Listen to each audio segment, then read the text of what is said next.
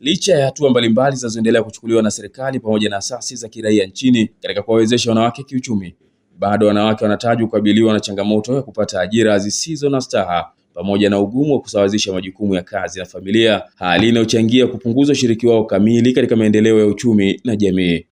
Hayo yameelezwa na Naibu Waziri Ofisi ya Waziri Mkuu, Kazi, Ajira na Mahusiano, Rahma Kisuo, wakati wa ufunguzi wa jukwaa la uwezeshaji wanawake lililoandaliwa na taasisi ya Dadahood Initiative mkoani Tabora. Na bado katika baadhi ya maeneo mwanamke anapaswa kufanya kazi mara 2 ili kuthibitisha uwezo wake.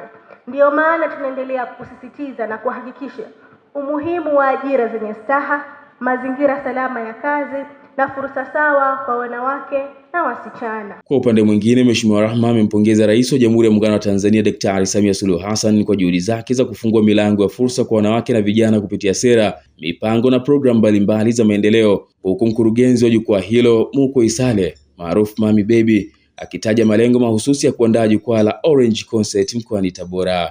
Lakini pia ni wajibu wetu sote, serikali, sekta binafsi, mashirika ya kiraia, jamii na wajasiriamali katika kuhakikisha juhudi hizi zinafika kwa wanawake wengi zaidi, hasa katika maeneo ya mikoa na vijijini. Kupitia kazi zao, biashara zao, ubunifu wao, wamekuwa wakileta mabadiliko chanya katika familia na jamii zao hapa mkoani Tabora. Na ndio maana leo kupitia jukwaa hili tunachukua nafasi ya kuwatambua na kuwaheshimu wanawake hawa wa mkoa wa Tabora. Aidha, katika jukwaa hilo wanawake wamepatiwa elimu mbalimbali kutoka kwa wataalamu wa taasisi tofauti zikiwemo WCF na NSSF kuhusu umuhimu wa kujiunga na mifuko ya hifadhi ya jamii ili kujihakikishia usalama wa kiuchumi wanapopata ajali kazini, wanapougua au wanapofikia umri wa kustaafu. Kwa hiyo wewe unapojisajili unamlipia yule mfanyakazi 0.5% ya mshahara unaomlipa.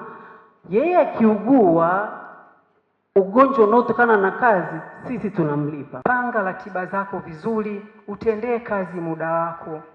Shoga ukutane naye weekend. Kwa tukiwa kama wanawake, naomba tujitambue, tujue ni nini tunataka kufanya kwenye jamii zetu, tujue tunatimiza vipi ndoto zetu. Nao baadhi ya wanufaika ambao ni wanawake waliohudhuria jukwaa hilo wanaeleza umuhimu wa majukwaa hayo pamoja na namna yanavyoweza kuwavusha kufikia malengo yao. Tunaongea mambo mbalimbali kama wanawake. Kwa tutakapotoka hapa huwa tunatoka na mawazo tofauti. Kama ulikuwa una mtaji mdogo, basi mtaji wako unaangalia uongeze vipi, yani unakuwa tunajifunza mambo mengi. Kwa ni siku muhimu sana kwa wanawake. Pengine akishiriki kama hivi, akiona mwanamke fulani kaweza, kwa hiyo naye anapata ule kujiamini, akitoka hapo anatoka na kitu kingine na anaenda kuanza. Tungefika hata walipo huko wanaume. Kwa hiyo ni swala tu la kujiamini, kuthubutu na kujua tuna uwezo mkubwa wa kufanya makubwa. Tuzo hii imenipa hari kubwa kwamba kazi zangu ninazozifanya zina ubora na kazi zangu zinazozifanya katika jamii zinaonekana. Kwa hiyo nimepata nguvu mpya kuweza kufanya kazi na kuhamasisha wanawake wenzangu. Kutoka Tabora, mimi ni Michael George na hii ni Daily News Digital.